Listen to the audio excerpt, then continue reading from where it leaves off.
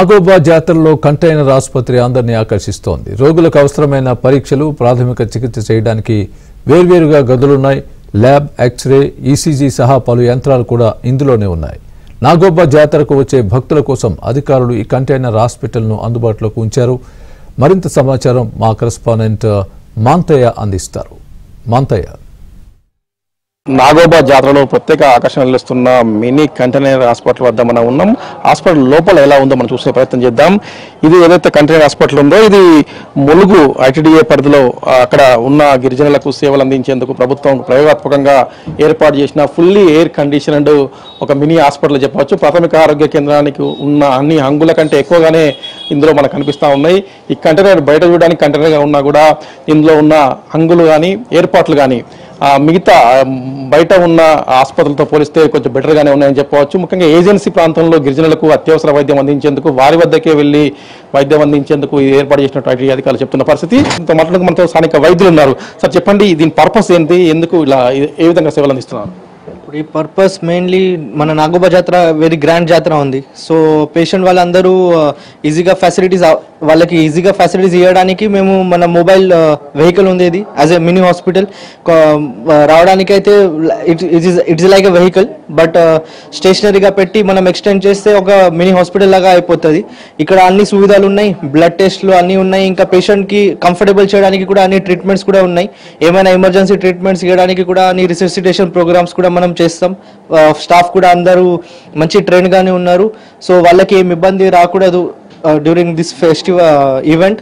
So మనం ఇక్కడ అన్ని ఫెసిలిటీస్ ఇస్తున్నాం వాళ్ళకి. స్టాఫ్ టోటల్ గా మన ల్యాబ్ టెక్నీషియన్స్ వాళ్ళందరూ ఉన్నారు. బయట ASHA worker, grass root workers అందరూ ఉంటారు. Medical as a medical officer మేము కూడా ఉంటాం, మా నర్సింగ్ స్టాఫ్ కూడా ఉంటారు.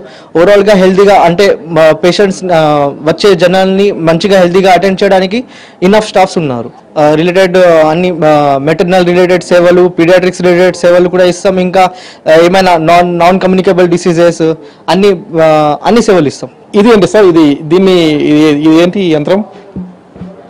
ఇది యాక్చువల్లీ హెల్త్ చెకప్ అండి. ఇది దీంట్లో బీపీ, షుగర్, ఓవరాల్గా ఈసీజీ అన్నీ చెక్ చేసుకోవచ్చు అండి. దీంట్లో ఇది సెన్సార్ అండి. ప్రింట్అవుట్ బయటకు వస్తుంది, దీని నుంచి వస్తుందండి. ఇది మన లాబొరేటరీలో ఉన్నాం. లాబొరేటరీకి సంబంధించి కూడా మనం చూస్తాం, ఇక్కడ 2 పడకలు కూడా ఏర్పాటు చేశారు.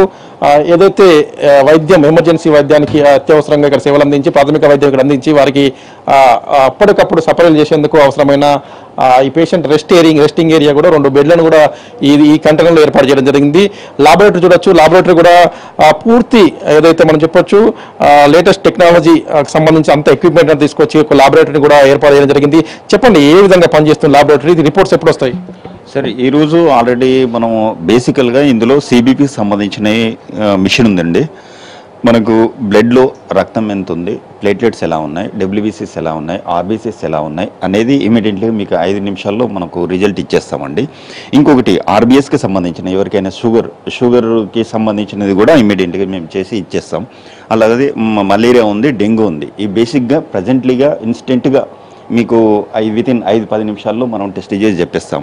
మిగతావి టెస్టులు ఒకవేళ ఇప్పుడు ఎల్ఎఫ్టీ కానీ, లిపిడ్ ప్రొఫైల్ కానీ, మన బయోకెమిస్ట్రీకి సంబంధించినవి కానీ, వాళ్ళకి ఒక పేషెంట్ వస్తే ఆ పేషెంట్ యొక్క Aadhaar card plus phone number తీసుకొని వాళ్ళ శాంపిల్ తీసుకొని ఈ విధంగా మనము ఈ ట్యూబ్లో తీసుకొని దీనికి సంబంధించిన బార్కోడ్స్ ఉంటాయండి.